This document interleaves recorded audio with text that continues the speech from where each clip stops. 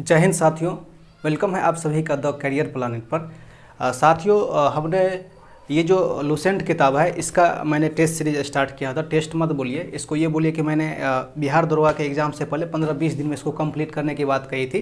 तो उसी कड़ी का ये आज यहाँ पे लिखा हुआ है कि दूसरा वीडियो है, ठीक है ना। तो इससे पहले मैंने एक वीडियो ऑलरेडी करा चुका है, तो उसको बहुत सारे 1000 लोगों ने लगभग देखा है। अब उसको देखिए। और हाँ, सबसे पहले किताब को पढ़िए। पॉलिटी ख़त्म हो चुका है। जैसे ख़त्म हुआ था तो मैंने बोला था कि वीडियो दूंगा, तो मैं उसी का वीडियो लेकर आया हुआ हूँ। तो इससे पिछले वाले वीडियो में मैंने करवाया था 1 और 2 करवा चुका था, ठीक है। अभी जो नेक्स्ट आपका मेन टॉपिक है, उस टॉपिक का नाम है कि राज्यों का पुनर्गठन, ठीक है ना। राज्यों का पुनर्गठन कैसे हुआ था। अभी जो हमारे भारत में देख रहे हैं कि 28 राज्य है, ठीक है, और जो भी केंद्र शासित प्रदेश है उनका आखिर गठन कैसे। देखिए, इलाहाबाद के एक रिटायर न्यायाधीश थे, मुख्य न्यायाधीश थे इलाहाबाद हाई कोर्ट के, उनका नाम था एस के धर, ठीक है। एस के धर साहब को हमारे भारत के प्रथम राष्ट्रपति डॉक्टर राजेंद्र प्रसाद ने जिम्मेवारी दी कि आप ये जांच कीजिए, आप ये बताइए, आयोग बनाया धर आयोग कि क्या भाषा के आधार पर है जो है राज्य को बनाना ठीक है या नहीं है, ठीक है। क्योंकि अलग अलग लोग अलग अलग राज्य में रहना चाहते हैं। जैसे कि लोग कन्नड़ भाषा मैथिली बहुल क्षेत्र में नहीं रख सकते, वो अपने लोगों के नज़दीक में रहना चाहते थे, इसलिए धर आयोग जो है बनाया गया। तो धर आयोग सबसे पहले खारिज कर दिया कि नहीं बन सकता है। तो फिर धर आयोग जब चल गए तो खुद जवाहरलाल नेहरू, सरदार वल्लभ भाई पटेल और पट्टाभी सीतारामन, ये तीनों ने एक जेवीपी समिति बनाया, ठीक है। जेवीपी समिति भी जो है खारिज कर दिया कि भाषा के आधार पर जो है आप राज्य का निर्माण नहीं कर सकते, ठीक है। लेकिन उसी बीच में क्या था कि आंध्र प्रदेश जो कि तेलुगु भाषी क्षेत्र है, उसमें एक रामुल्ली नाम के आदमी थे जिनका ये डिमांड था कि यदि आप भाषा के आधार पर नहीं हमको अलग करेंगे, अलग स्टेट, तो मैं क्या करूँ, मर जाऊँगा। वो आदमी जैसे मरता है तो फिर क्या होता है कि 1 अक्टूबर 1953 को जो है ये जेवीपी समिति क्या करते कि फैसला दे देती है कि नहीं, अब ज़्यादा मार काटना बहुत हो चुका है, अब ख़त्म कर दिए। तो भाषा के आधार पर सबसे पहले 1 अक्टूबर 1953 को जो है आंध्र प्रदेश का निर्माण होता है, ठीक है। इसके साथ साथ एक चीज़ और ध्यान रखिए कि राज्य के निर्माण के लिए एक चीज़ और बनाया गया था, राज्य पुनर्गठन आयोग, ठीक है। राज्य पुनर्गठन आयोग का स्थापना तो 1953 में ही हो गया था। कब हुआ था? 1953 में। लेकिन इसको संवैधानिक घोषित करने के लिए इसके लिए जो अधिनियम आया था 1956 में आया था। कई बार क्या होता है कि काम तो हमको जल्दीबाजी में करना होता है, लेकिन जब उस चीज़ को सही ठहराना होता है तो उसके लिए संसद में अधिनियम लाना पड़ता है, ठीक है। उसके बाद जाकर वो अस्थायी हो जाती है, डायरेक्ट नहीं कोई कानून आके बन जाता है। तो अधिनियम 1956 का है और राज्य पुनर्गठन आयोग की स्थापना हुआ था 1953 में हुआ था। बहुत बार हजारों ऐसे एग्जाम आप क्वेश्चन पढ़े होंगे जिसमें लिखा होगा निम्नलिखित में से किस ईस्वी में राज्य पुनर्गठन आयोग की स्थापना हुई थी। तो 1956 और 53 दोनों रहता है, ठीक है। तो यदि किस वर्ष रहेगा तो 1953 मारना रहेगा, किस अधिनियम के तहत रहेगा तो 1956 मारना है, ठीक है। इसके तहत अभी जितने बात है, सबसे पहले बात क्या होता है कि भाषा के आधार पर जो राज्य बना था, भाषाई आधार पर प्रथम राज्य कौन सा है? आंध्र प्रदेश है, ठीक है। और सभी राज्यों के बारे में, केंद्र शासित प्रदेश के बारे में आज हम देखने वाले हैं। उसके साथ साथ आपका जो लास्ट टॉपिक है मौलिक कर्तव्य तक आज हम देखेंगे। चूँकि 58 मिनट का वीडियो हो गया था, वो वीडियो थोड़ा सा जो है लंबा हो गया, तो इस वीडियो को शॉर्ट ही रखेंगे। तो यहाँ पर देखिए, भाषाई आधार पर प्रथम राज्य क्या हुआ? गुजरात। उस समय में गुजरात और महाराष्ट्र एक ही था। 1960 से पहले गुजरात और महाराष्ट्र एक ही था। फिर उसमें भी मराठी लोग अलग और गुजराती लोग अलग अलग जो है सो भाषा बोल रहे थे। उसमें भी जो है सो जब टकराव हुआ तो महाराष्ट्र से गुजरात को 1960 ईस्वी में अलग कर दिया गया, ठीक है। 1960 से जैसे ही समय आगे बढ़ता है तो 1963 आ जाता है। 1963 में जो है नागालैंड का जो वहाँ पे नागा थे, ठीक है, वहाँ के आदिवासी वगैरह जो थे वो अलग से 1963 में नागालैंड बना, ठीक। जैसे बात और आगे बढ़ती है तो हरियाणा पंजाब में टकरात आती है 1966 ईस्वी में। और 1966 ईस्वी में क्या होता है कि पंजाब से हरियाणा को अलग कर दिया जाता है 1966 में। और फिर 66 से थोड़ा सा और आगे ऐसा लग रहा है कि हम धीरे धीरे सीढ़ी से उतर रहे हैं, ठीक है। पर याद करना बहुत भारी चीज़ नहीं है। 1953 में आंध्र प्रदेश, 1953 में आंध्र प्रदेश हो गया। उसके बाद 60 में हो गया गुजरात, 60 में गुजरात, 63 में हो गया आपको नागालैंड, 66 में हो गया हरियाणा, और हिमाचल प्रदेश 71 में, ठीक। उसके बाद जैसे 71 से थोड़ा और नीचे जाते तो 1972 आता है, ठीक है। 1972 में क्या होता है कि 3 राज्य को एक ही बार में स्थापित किया जाता है, मेघालय को, मणिपुर को और त्रिपुरा को। मेघालय, मणिपुर और त्रिपुरा को 1972 ईस्वी में, और ठीक नीचे और जाएंगे तो 1975 ईस्वी में जो है सिक्किम को जो है स्थापित किया जाता है, ठीक है, 1975 में।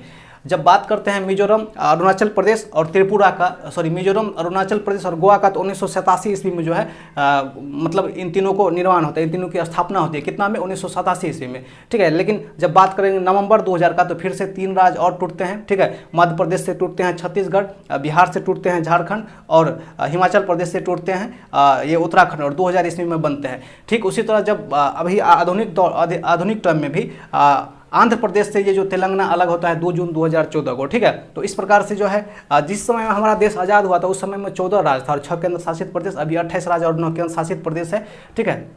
सॉरी 9 केंद्र शासित प्रदेश है, बताइएगा, कंफर्म नहीं है।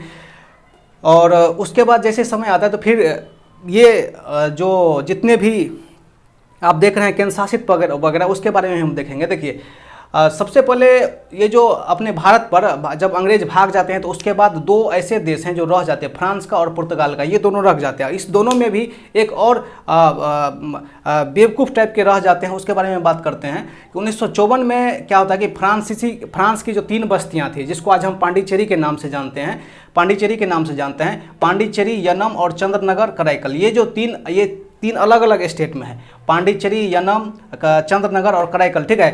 केरल, तमिलनाडु और आंध्र प्रदेश 3 अलग अलग जगहों में है इसका राज। ये जो पांडिचेरी अभी आप सुनते हैं, इसको 1954 में ये फ्रांसीसी सरकार थे, अपने भारत सरकार को सौंप दिया और दंडवत प्रणाम करके क्या किया, निकल लिए। लेकिन एक निर्लज है पुर्तगाली जो सबसे पहले आता है और सबसे बाद में, उनको खदेड़ कर 1961 ईस्वी में भगाया जाता है और 1961 ईस्वी में पुर्तगाली को भगा कर गोवा को आज़ाद किया जाता है। उस समय में गोवा को जिस समय में आज़ाद करा दिया उस समय में केंद्र शासित प्रदेश था, लेकिन 1987 ईस्वी में जो है 1987 ईस्वी में जो क्या किया, गोवा को जो है पूर्ण राज्य का दर्जा दे गया और गोवा का जो है भाषा कौन सा है, कोंकणी है, ठीक है। इसी प्रकार से ये अभी क्या हुआ कि पांडिचेरी हो गया, पुर्तगाल, गोवा हो गया, ठीक है। जम्मू कश्मीर एक अलग राज्य था जिसके लिए संविधान भी अलग था, मुख्यमंत्री भी अलग था, उसका पैसा फंडिंग वगैरह भी अलग था। लेकिन अभी वर्तमान में 31 अक्टूबर 2019 को जम्मू कश्मीर को एक बना दिया जो पहले से ही था, और लद्दाख को अलग बना दिया, अर्थात 2 यूनियन टेरिटरीज यहाँ से और बढ़ गया, ठीक है।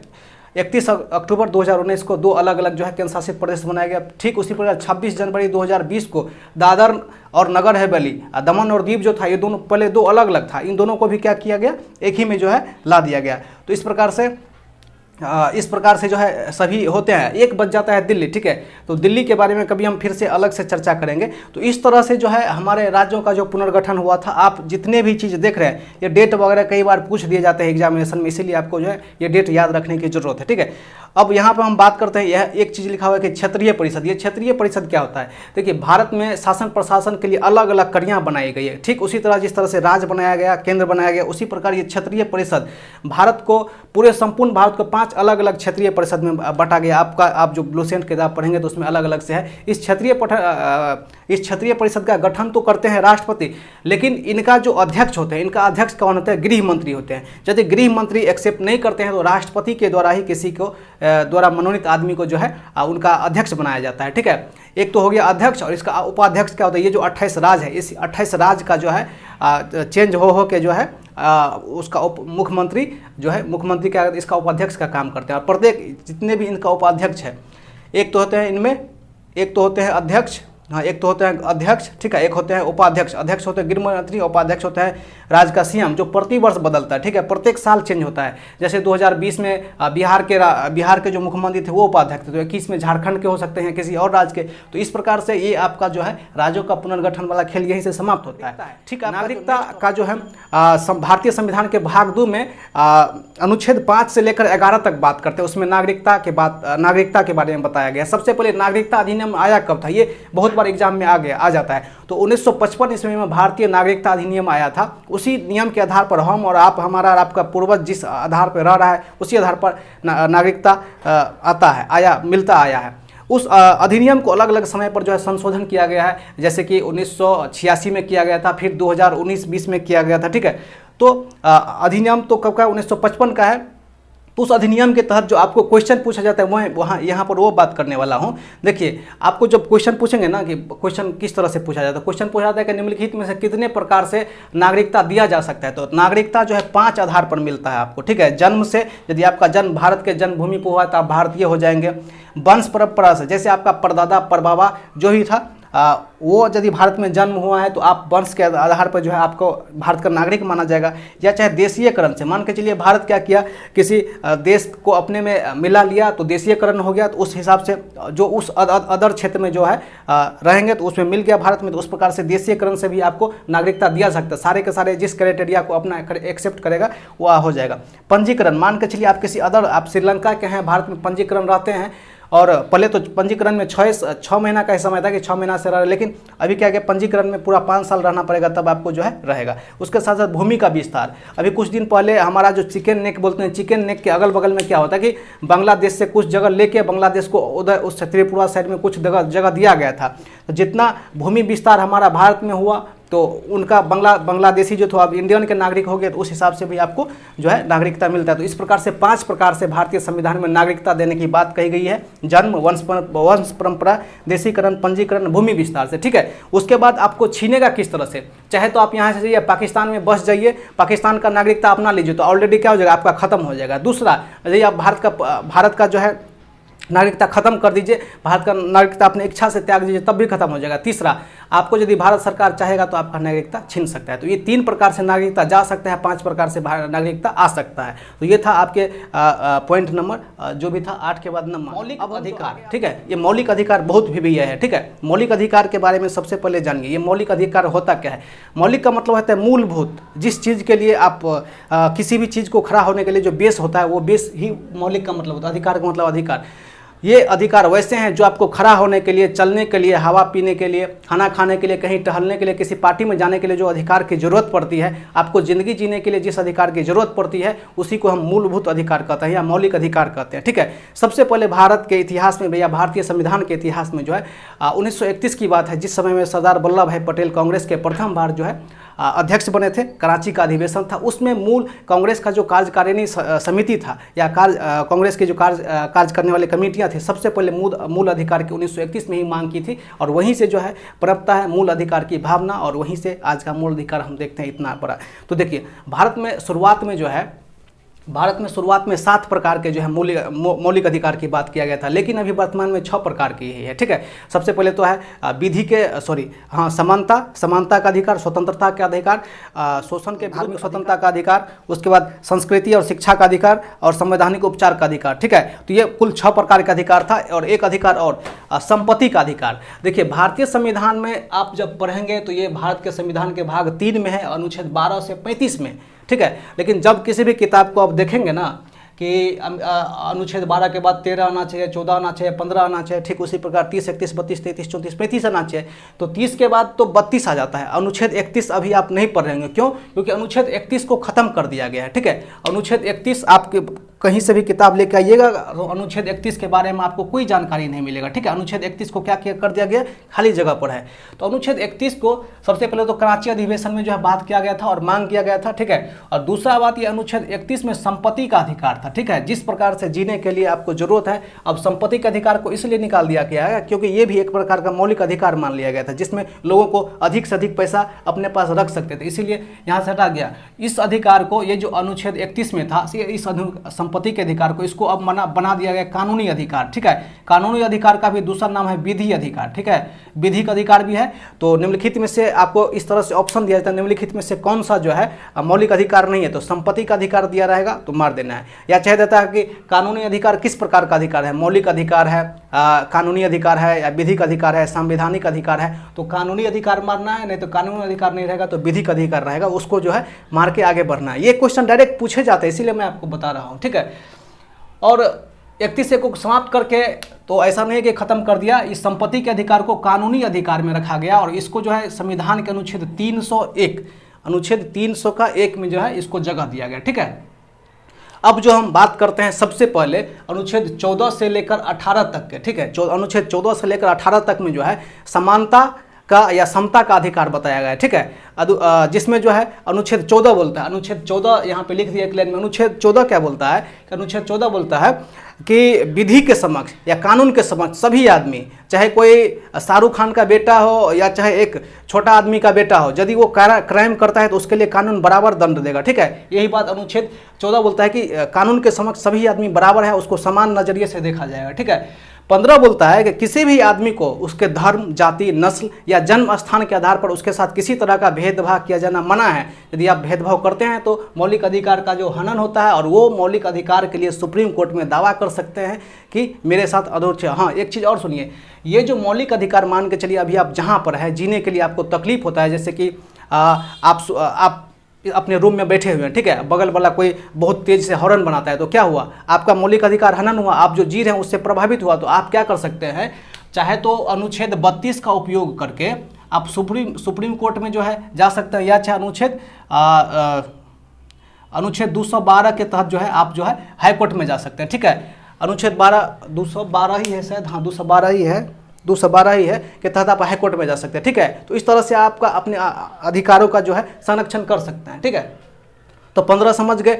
16 क्या बोलता है कि भारत में जितने भी लोक नियोजन होंगे, जैसे कि अभी हम लोग बिहार दरोगा की तैयारी करते हैं, ठीक है, तो लोक नियोजन जितने भी होंगे उसमें सबके लिए जो है अलग अलग स्थान को जो आरक्षित करने की बात कही गई अनुच्छेद 16 में। अनुच्छेद 17 क्या बोलता है कि किसी तरह के चाहे छोटा से छोटा जाति भी क्यों ना, आप सुने होंगे कि सबरीवाला मंदिर में सबको नहीं जाने देता, ये भीमराव अंबेडकर साहब की सबसे बड़ा जो सपना था वो संविधान 17 से पूरा होता है कि अस्पृश्यता का जो है इस अनुच्छेद 17 में अंत कर दिया। किसी तरह का कोई छुआछूत कोई से किसी से नहीं करेगा।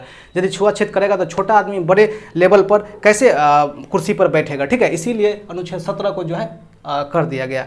अनुच्छेद 17 में अस्पृश्यता का अंत किया। अनुच्छेद 18 में क्या बोला जाता है, अनुच्छेद 18 में बोलता है कि इसमें उपाधियों का अंत जो है, उपाधियों का जो है अंत है। आपको किसी तरह का कोई उपाधि धारण नहीं करना है, जैसे कि आप सुने होंगे कि देश रत्न, राष्ट्रपिता, देश नायक, ये सब जो उपाधि है, उपाधि का अंत जो है अनुच्छेद 18 में है, ठीक है। इसके साथ साथ अनुच्छेद 18 के तहत ही ये जो आप पद्म श्री, पद्म भूषण, भारत रत्न या द्रोणाचार्य वगैरह पुरस्कार वगैरह जो भी आप प्राप्त करते हैं या दिया जाता है, किसके तहत, अनुच्छेद 18 के तहत।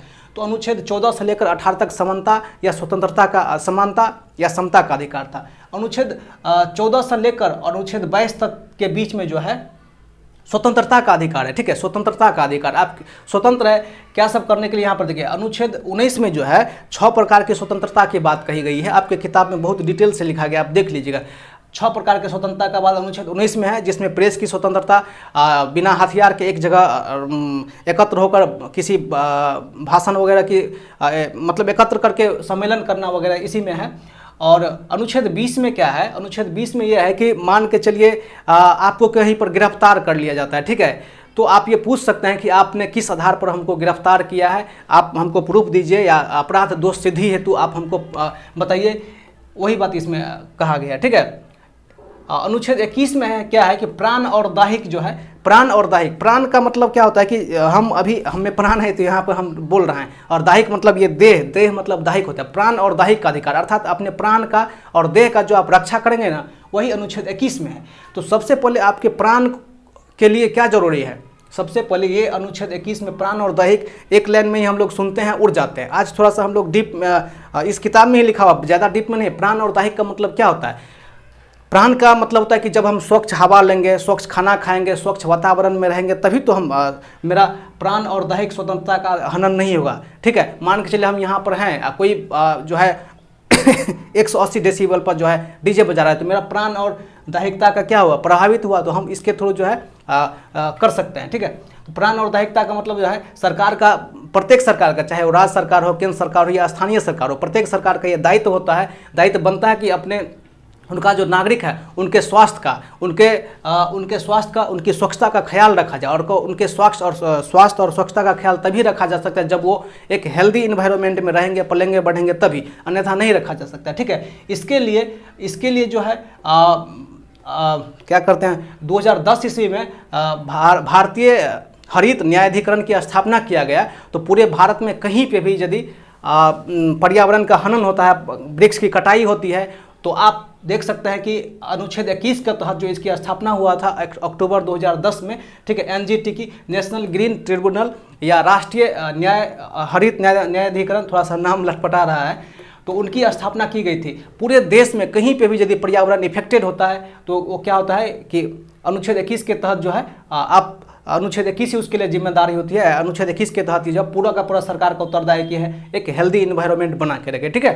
अब जो नेक्स्ट हम आते हैं 21 का एक अनुच्छेद 1 है, 21 का 1 जो कि 86वां संविधान संशोधन 2002 के द्वारा जोड़ा गया। इसमें ये बात कहा गया कि प्रत्येक राज्य के सरकार का एक दायित्व होगा कि 6 साल से लेकर 14 वर्ष तक का जितना भी बच्चा है उसको निःशुल्क और अनिवार्य शिक्षा बिल्कुल फ्री में दिया जाना चाहिए। ठीक है, कब? 6 साल से लेकर 14 साल तक के बच्चा को बिल्कुल फ्री में शिक्षा, जो आप सर्व शिक्षा अभियान सुनते हैं, खिचड़ी वगैरह जो भी देखते हैं, तो 21A के तहत ही जो है आप देखेंगे। आप में से बहुत सारे लोग भी जो है इसी ये जो है निःशुल्क शिक्षा 2002 के बाद भी पढ़े होंगे बिल्कुल मेरे तरह, और खिचड़ी वगैरह खाया होंगे और झोला में थाली लेके गए होंगे, तो पता ही होगा आपको। तो 6 से 14 साल के बारे में जो है ये 21 का ये हो गया। ठीक है, अब ये जो अनुच्छेद 22 है ना, अनुच्छेद 22 में हम लोग एक लाइन ही पढ़ के रट के निकल जाते हैं। अनुच्छेद 22 कितना भी है, आप इसको यहाँ से जान सकते हैं। देखिए अनुच्छेद 22 में क्या बोला जा रहा है कि गिरफ्तारी और निरोध। ठीक है, आपको यदि कहीं पर किसी के द्वारा यदि गिरफ्तार कर लिया जाता है,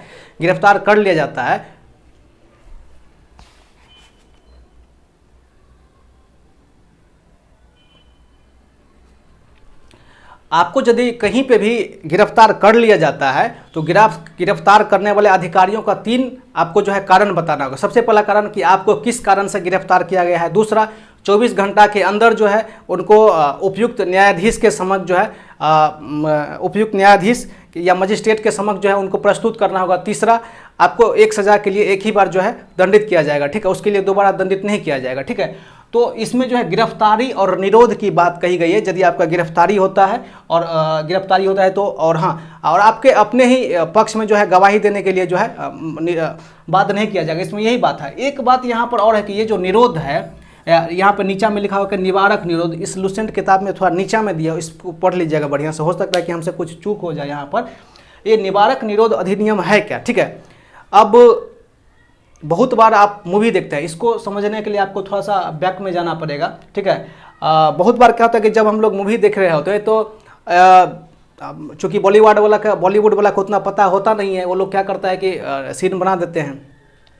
वो क्या करते हैं कि देखते हैं पुलिस इंस्पेक्टर एकदम साधारण भेष में खड़ा है और देखता है, तब तक गिरफ्तार नहीं करता है चोर को या चाहे जो भी वगैरह है दोषी को, जब तक कि वो काम को कर नहीं देता है, उस चीज़ को परिणाम दे नहीं देता है। ठीक है, तब तक उसको गिरफ्तार नहीं करता है। ठीक है, ऐसा नहीं है। अनुच्छेद 22 में ही निवारक निरोध अधिनियम में 3 अलग अलग ABCD अलग अलग सेक्शन है। अनुच्छेद 22 में ही बोला गया है, अनुच्छेद 22 में निवारक निरोध में ये बोला गया है कि यदि कोई अपराधी यदि कोई व्यक्ति किसी ऐसे काम को कर रहा है जिससे राष्ट्र को या किसी व्यक्ति को क्षति पहुंच सकता है, तो उसको काम से पहले ही जो है गिरफ्तार कर लेना मांगता है ये अनुच्छेद 22।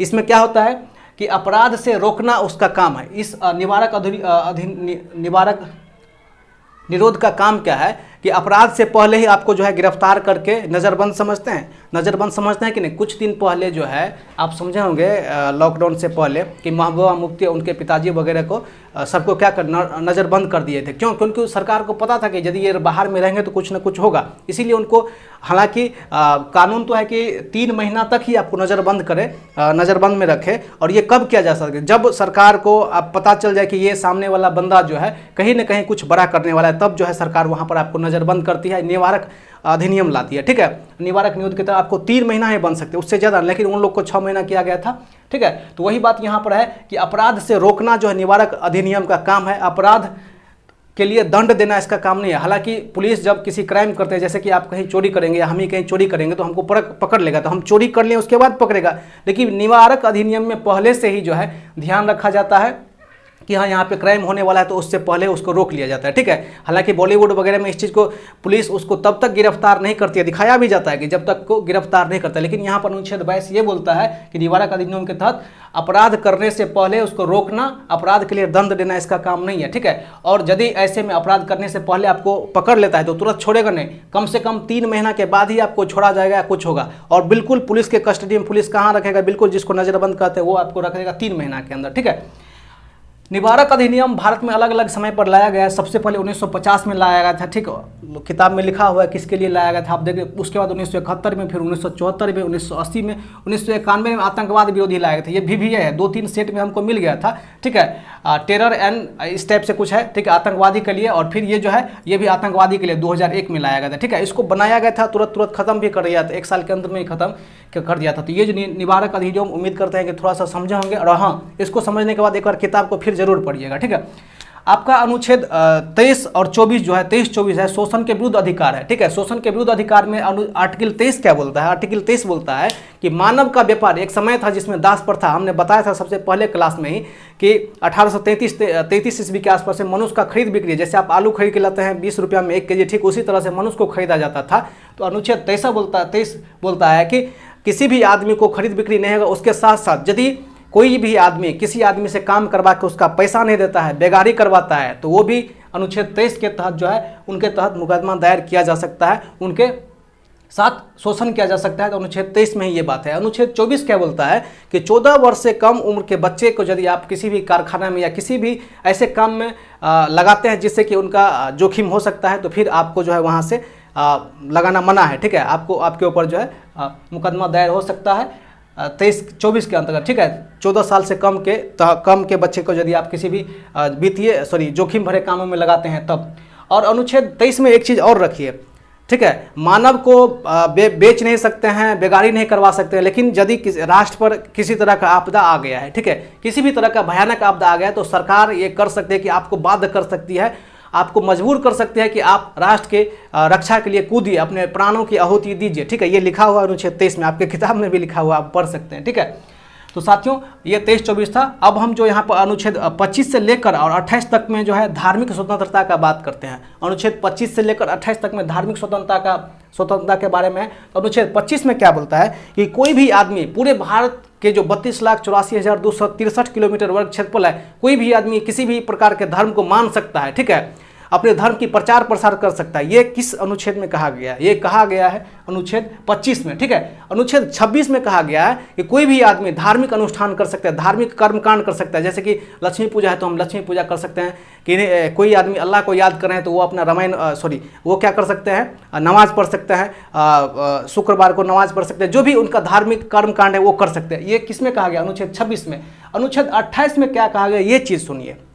अनुच्छेद 28 में कहा गया है कि यदि राज्य सरकार के द्वारा किसी संस्थान में पूर्ण रूप से राज्य सरकार ही के द्वारा पोषित होता है, पूरा का पूरा फंडिंग राज्य सरकार के द्वारा ही होता है, तो वैसे विद्यालय में, वैसे संस्थान में जो है धार्मिक शिक्षा नहीं पढ़ाया जाएगा, ठीक है। धार्मिक शिक्षा नहीं पढ़ाया जाएगा। कैसे संस्थान में? वैसे संस्थान में जो पूरी तरह से राज्य के द्वारा पोषित होता है, पूरी तरह से राज्य के द्वारा जो उसको पैसा दिया जाता है। अब आप बहुत सारे लोग बोलेंगे सर ये जो मदरसा वगैरह है वहाँ पे क्या होता है? तो मदरसा में आपको बता दें कि बहुत सारे मदरसा सरकारी नहीं है, राज्य के द्वारा पोषित नहीं है, वो अर्ध सरकारी है। इसीलिए मदरसा में धार्मिक पढ़ाई को बढ़ावा दिया जाता है। राज्य के द्वारा जो पूर्णतः पोषित होती है वैसे स्कूलों में धार्मिक शिक्षा जो है नहीं होती है। यदि ऐसा कई संस्कृत स्कूल हो जिसमें केवल गीता वगैरह ही पढ़ाया जाए तो इससे भारत सरकार को किसी तरह का कोई दिक्कत नहीं होगा, जो कि अर्ध सरकारी होगा और उनके लिए भी फंडिंग होगा। हालांकि ये फंडिंग अल्पसंख्यक वर्गों को ही दिया जाता है, जो बहुसंख्यक है उनको नहीं दिया जाता है, ठीक है। तो ये अनुच्छेद 25 से लेकर 28 तक के धार्मिक स्वतंत्रता के बारे में था। अब अनुच्छेद 29 और 30 के बारे में हम समझते हैं। अनुच्छेद 29 और 30 के बारे में एक ही बात है, ये शिक्षा और संस्कृति को संरक्षण करने के अधिकार अनुच्छेद 29 और 30 में है। जहाँ तक अनुच्छेद 29 क्या बोलता है कि भारत में जितने भी अल्पसंख्यक है, आपको पता है भारत में कितने प्रकार के अल्पसंख्यक है? भारत में 6 प्रकार के अल्पसंख्यक है, ठीक है। कौन कौन? मुस्लिम हो गया, मुस्लिम, ईसाई, सिख, बौद्ध, कितना हो गया? आप लुसेंट किताब में 6 प्रकार के अल्पसंख्यक है। एक चीज़ और, हमारे भारत में जो अल्पसंख्यक का आधार माना जाता है, एक तो भाषाई आधार भी माना जाता है, भाषा के आधार पर भी, और जनसंख्या के आधार पर भी जो अल्पसंख्यक माना जाता है, ठीक है। आपको यदि सेट बनाएंगे तो 2 तरह के सेट आपको मिल जाएंगे। तो ये जो सेट बनाएंगे तो मिल जाएगा वहाँ पर। तो कितने तरह के? 6 प्रकार के तो अल्पसंख्यक पाए जाते हैं जाति, लेकिन अल्पसंख्यक किस अधिकार को, कौन ऐसा रूल है जिस पे हम मानते हैं कि ये अल्पसंख्यक है या नहीं? तो जो भाषा के आधार पर जो कम बोलने वाला होगा उसको अल्पसंख्यक, एक जनसंख्या के आधार पर। तो 2 तरह के हमारे भारत भारत में जो है अल्पसंख्यक पाए जाते हैं। ठीक है, अनुच्छेद 29 क्या बोलता है कि अल्पसंख्यक के हित की रक्षा किया जाएगा, जिसमें अल्पसंख्यक क्या कर सकता है, अपने भाषा को, अपनी लिपि को, अपनी संस्कृति को संरक्षित रख सकती है। ठीक है, उसको संरक्षित रख सकती है और किसी तरह का उसको जो है राज या कोई भी आदमी किसी तरह का कार्य करने से उनको जो है रोक नहीं सकता है। ठीक है, भाषा, लिपि, संस्कृति वगैरह का जो अल्पसंख्यक क्या कर सकते हैं, अपने हितों की रक्षा कर सकते हैं। अनुच्छेद 30 क्या बोलता है कि यही जो अल्पसंख्यक जो 29 में है, ये 6 प्रकार के जो अल्पसंख्यक है भाषाई और जनसंख्या के आधार पर, ये अल्पसंख्यक अपने इच्छा के अनुसार, अपने मनपसंद के अनुसार जो है शैक्षणिक संस्थानों की स्थापना कर सकते हैं। अब ईसाई लोग जगह जगह पर चर्च देखते होंगे, ठीक है, या चाहे हमारे मुस्लिम भाई लोग जगह जगह पर बीएड कॉलेज वगैरह देखते होंगे। आप लोग को शायद गौर नहीं किए होंगे, गौर कीजिएगा, जगह जगह पर अच्छे अच्छे जगह पर चर्च क्यों हो जाता है? क्यों?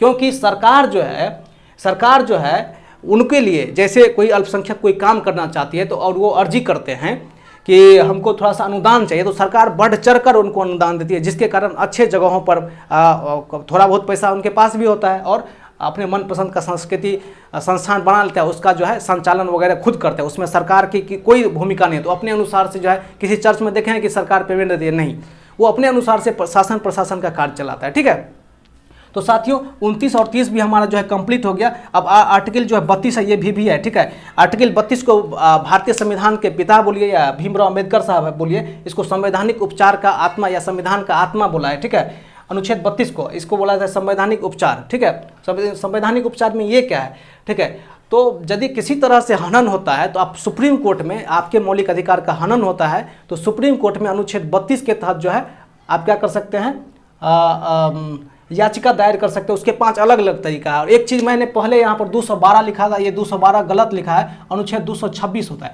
अनुच्छेद 226 के तहत आप हाई कोर्ट में जा सकते हैं और सुप्रीम कोर्ट में। अब अनुच्छेद 32 में ये जो 3, 4, 5 शब्द आप देखते होंगे, आप लोग तो केवल लड़ते होंगे, आज समझ ही लीजिए पूरा बढ़िया से। जो बंदी प्रत्यक्षीकरण है, परम आदेश है या प्रतिषेध है, उत्प्रेषण है और अधिकार परीक्षा है। ठीक है, ये केवल हाई कोर्ट और सुप्रीम कोर्ट, हाई कोर्ट और सुप्रीम कोर्ट ही डाल सकती है। जैसे आपके अनुमंडल में या छोटे छोटे न्यायालय है, वो लोग इनको जारी नहीं कर सकते। जो 5 प्रकार का है, ये केवल बड़े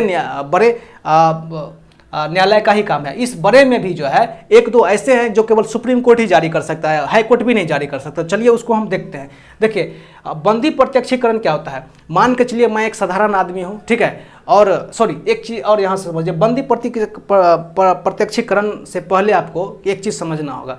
आपने अजय देवगन की एक मूवी आई थी, शायद दृश्यम नाम था। ठीक है, बहुत ही अच्छी मूवी है। उसमें जब वो होटल में खाना खा रहा होता है और एक बूढ़ा आदमी आता है, बूढ़ा आदमी से जो इंस्पेक्टर पैसा ले रहा होता है, ठीक है, तो जब इंस्पेक्टर उसको डांट उठ के भगाने लगता है तो उस समय में बोलता है कि हैबियस कार्पस देखता है, पूरा सीन बताया जाए। तो यदि आपको ये चीज़ समझ में नहीं आता है तो अभी यूट्यूब पे सर्च करके देख लीजिएगा पहले, लेकिन पढ़ लीजिए। बंदी प्रत्यक्षीकरण, उसको इंग्लिश में हैबियस कार्पस बोला जाता है। इसका मतलब ये होता है कि यदि आपको कोई अधिकारी बिना किसी कारण का आपको जो है गिरफ्तार कर लिया है, ठीक है, तो उसको कारण बताना होगा कि आपने किस कारण पर इसको जो है गिरफ्तार किया। इसके तहत बंदी परम आदेश का मतलब ये होता है कि सुप्रीम कोर्ट और हाई कोर्ट दोनों परम आदेश को जारी करते हैं। सुप्रीम कोर्ट और हाई कोर्ट दोनों जो है बंदी प्रत्यक्षीकरण को जारी करता है। परम आदेश का मतलब यदि कोई, जैसे कि आप दरोगा बन जाएंगे, आप एक दरोगा बाबू बन जाएंगे और आप अपने कर्तव्य का निर्वहन अच्छे से नहीं कर पा रहे हैं। मान के चलिए आपका एक पड़ोसी आपके लिए, या आप वैसे आदमी जो आपसे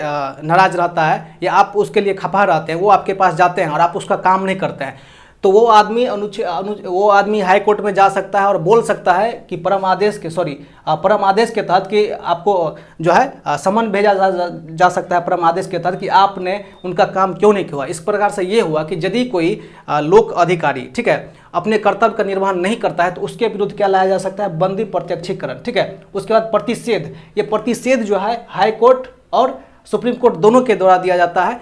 लेकिन ये इसको थोड़ा ठीक से समझिएगा, ये जो बंदी प्रत्यक्षीकरण है ये हाई कोर्ट और सुप्रीम कोर्ट, हाई कोर्ट के द्वारा भी और सुप्रीम कोर्ट के द्वारा भी लगाया जाता है। ये इसलिए लगाया जाता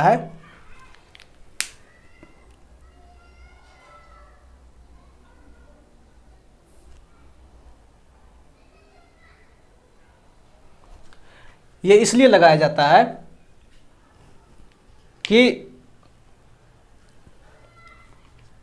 ये जो प्रतिषेध है, प्रतिषेध हाई कोर्ट और सुप्रीम कोर्ट दोनों के द्वारा जो है लगाया जाता है। लेकिन हाई कोर्ट जो है, हाई कोर्ट अपने नीचे के अधिकारी, नीचे के जो न्यायालय वगैरह है उस पर अपने से नीचे न्यायालय पे लगा सकते हैं। लेकिन ये जो सुप्रीम कोर्ट है, ये supreme court direct high court पे भी लगा सकता है और हाई कोर्ट के नीचे में जितने भी न्यायालय वगैरह है सब पे लगा सकते हैं। ये जो हाई कोर्ट है ये सुप्रीम कोर्ट पर जो है प्रतिषेध नहीं लगा सकते। इस प्रतिषेध का मतलब यही होता है, इस प्रतिषेध का मतलब यही होता है कि ये आपका अधिकार क्षेत्र नहीं है।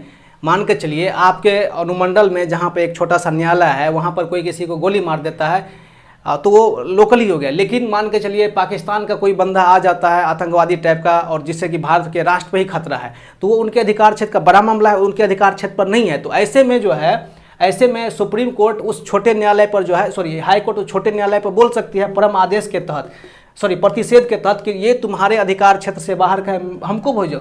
लेकिन यदि उसी टाइम पे सुप्रीम कोर्ट भी बोलेगा कि ये तुम्हारे अधिकार क्षेत्र से बाहर का है तो ये भी नहीं लगाएंगे इस पे और डायरेक्ट आ जाएंगे। ठीक है, हाई कोर्ट जो है अपने से नीचे पे लगाएंगे और सुप्रीम कोर्ट हाई कोर्ट पे लगाए। ठीक है, हाई कोर्ट सुप्रीम कोर्ट पे नहीं लगा। इस चीज़ को समझिए पूरा अच्छा से। ठीक है, नेक्स्ट जो आपका है उत्प्रेषण।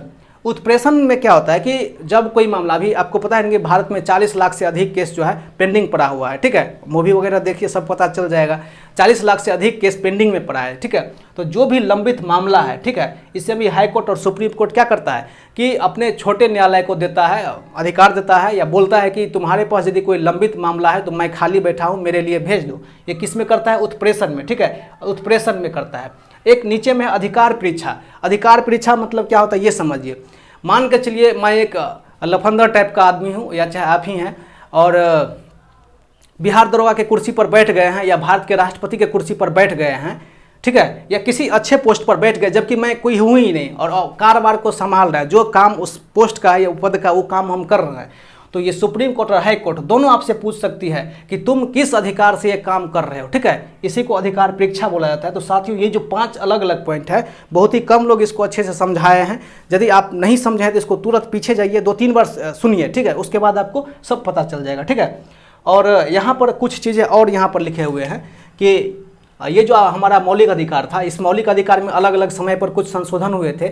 इसमें सबसे पहला 1967 में गोलकनाथ बनाम पंजाब राज आया हुआ था। ये बोला था गोलकनाथ बनाम पंजाब राज, ये मौलिक अधिकार में किसी तरह का कोई संशोधन नहीं किया जा सकता। ठीक है, कोई संशोधन नहीं हो सकता, ये संविधान का भाग है। ठीक है, उसके ठीक कुछ दिन के बाद 1973 में केशवानंद भारती साहब का आते हैं। ठीक है, वो बोले थे, ठीक है, कि सुप्रीम कोर्ट जो है इस मौलिक अधिकार या संसद जो इस मौलिक अधिकार में क्या कर सकती है, चेंज कर सकती है, संशोधन भी कर सकते हैं। लेकिन ये जो मौलिक अधिकार का ढांचा है, ढांचा का मतलब यदि ये 6 पार्ट में है तो 6 पार्ट में ही रहेगा, उसके पार्ट वगैरह में है चेंज कर सकते हैं। ठीक है, तो ये गोलकनाथ क्या बोला कि इसमें चेंज हो सकता है, सॉरी गोलकनाथ बोला कि चेंज नहीं हो सकता है और केशवानंद भारती बोले कि ये चेंज हो सकता है। ठीक है, तो साथियों इस प्रकार से ये आपका जो है मौलिक अधिकार समाप्त होता है। जब आप गौर करेंगे तो मौलिक अधिकार केवल और केवल एक आदमी पर ही लागू होता है। ऐसा नहीं कि किसी राज्य पर या किसी स्टेट पर, किसी देश पर या किसी एक एरिया पर लागू नहीं होता। ठीक है, ये किसी आदमी पर लागू होता है और ये यदि आपका टूटता है तो डायरेक्ट आप क्या सकते हैं, कानून ठोक के अपना जो है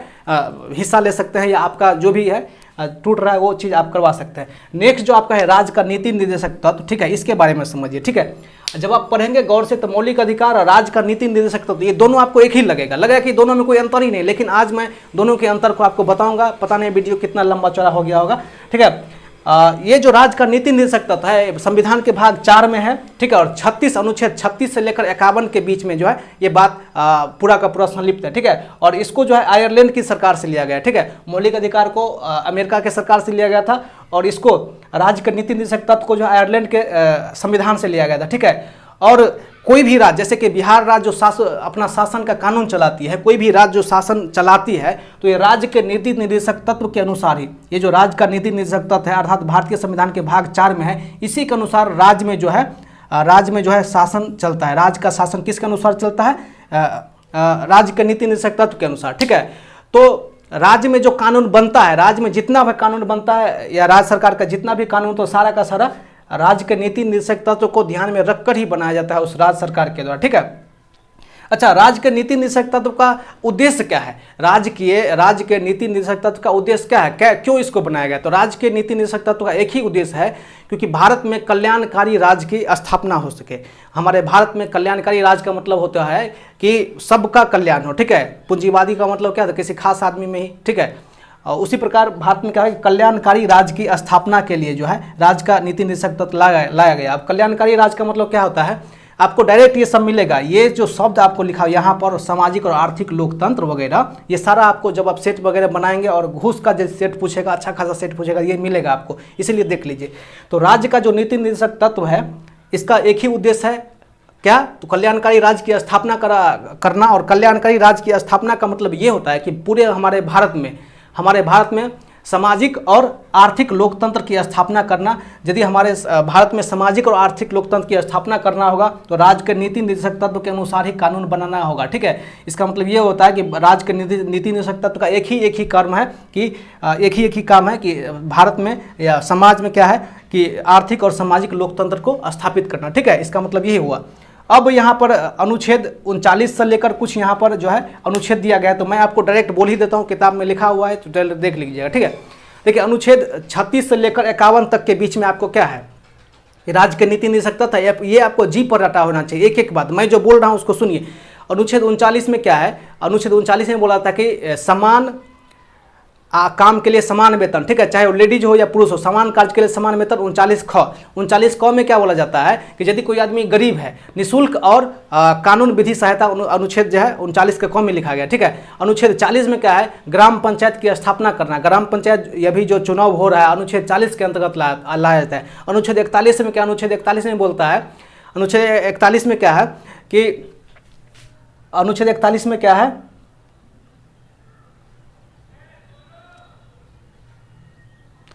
अनुच्छेद 41 में है कि गरीबी लाचारी वगैरह में जो गरीबी लाचारी या बीमारी में जो है कानून राज्य के द्वारा जो है गरीबों की सहायता करना। जब कोई भी आदमी बीमार है, अभी कुछ दिन पहले आयांस का जो है चर्चा सुन रहे हैं पूरे अपने बिहार में कि 16 करोड़ का एक सुई दिया जाएगा, अलग अलग यूट्यूब चैनल वाला ने किया था। बहुत सारे लोग आप में से भी 10 रुपया वहाँ पर दिए होंगे या 20 रुपया दिए होंगे। तो वो वहाँ पर जो है अनुच्छेद 41 का उपयोग करके सरकार को आयांस की मदद करना चाहिए था, ठीक है। सरकार उसके लिए चाहती तो एक अलग से अधिनियम वगैरह का कुछ वहाँ पर फंड दे सकती है, गरीबी में, बेगारी में, बुढ़ापा में या चाहे बीमारी में अनुच्छेद 41 के तहत जो है सरकार मदद कर सकती है, ठीक है। अनुच्छेद 41। अनुच्छेद 42 क्या बोलता है, प्रसूति मामला में, जैसे कोई लेडीज ग्रुप डी में काम करती है, ठीक है, या किसी सरकारी पोस्ट पर, तो उनको जो है पहले तो था 6 सप्ताह, अब क्या कर दिया है मोदी जी, 24 सप्ताह। 24 सप्ताह को प्रसूति वगैरह में जो है जब वो प्रेग्नेंट रहती है तो उनको 24 सप्ताह की छुट्टी रहता है, ये अनुच्छेद 42 में। अनुच्छेद 43 क्या बोलता है, अनुच्छेद 43 क्या बोलता है, सुनिए इस चीज़ को। मजदूर जो होते हैं, जो किसी फैक्ट्री में या चाहे किसी जगह काम करते हैं, ठीक है, तो उनके हितों की रक्षा जो अनुच्छेद 43 में बोला गया, ठीक है। अनुच्छेद 43 में ही बोला गया है कि मजदूर को जो है उस फैक्ट्री की या जहाँ पर काम होता है उसमें कुछ ना कुछ 43 के क के तहत दिया गया है कि उसको भी परसेंटेज बनना चाहिए, उसको भी मालिक 5% या 10% के आसपास उसको भी मालिक बनाना चाहिए, अनुच्छेद 43 क के तहत। अनुच्छेद 44 में क्या है कि समान नागरिक संहिता, ठीक है, समान नागरिक संहिता, समान सिविल कोड जो है, यूनिफॉर्म सिविल कोड अनुच्छेद 44 में, जो कि भी केवल और केवल गोवा में यदि वो यहाँ पे भी लग जाता है तो सब आदमी किसी तरह का कोई आरक्षण वगैरह की जो है पूरी तरह से संभावना कम हो जाएगी। अनुच्छेद 44। अनुच्छेद 45 शिक्षा के बारे में है, शिक्षा के बारे में है। अनुच्छेद 46 में जो है, अनुच्छेद 46 में क्या बोला जाता है कि एससी और एसटी और जो भी कमज़ोर वर्ग है, एससी और एसटी जो कमज़ोर वर्ग है उसके शिक्षा और अर्थ का ध्यान रखना अनुच्छेद 46 में बोला गया है, ठीक है। अनुच्छेद 46 में क्या है कि एसटी वर्ग और एससी वर्ग के शिक्षा और अर्थ के बारे में सरकार को ध्यान रखने की जरूरत है, ये अनुच्छेद 46 में है।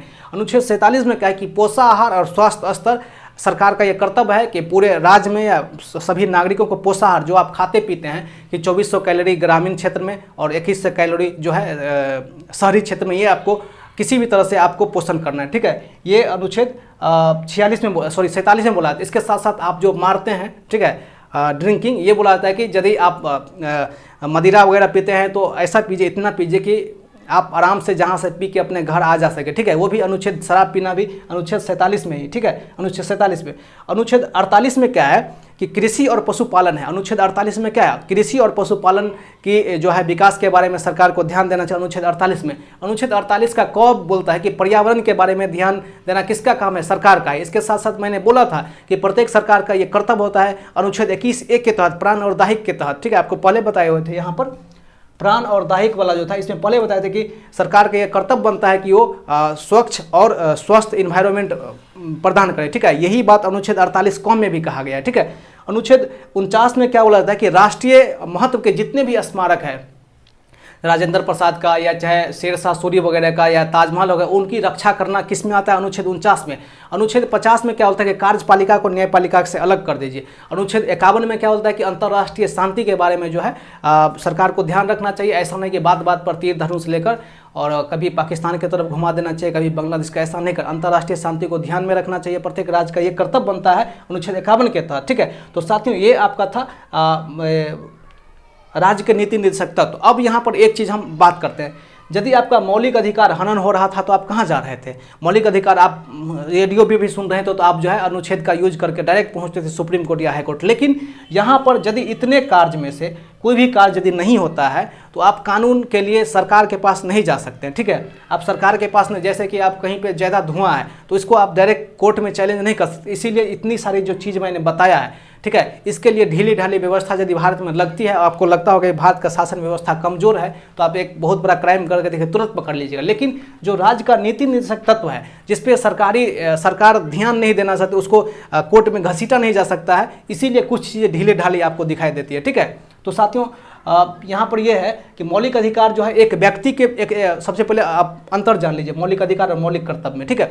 मौलिक कर्तव्य क्या है? किसी राज्य पर लगता है, किसी स्टेट पर लगता है, पूरा अर्थात एक बड़ा क्षेत्र होगा। और मौलिक अधिकार क्या होगा? किसी एक आदमी पर लगता होगा, ठीक है।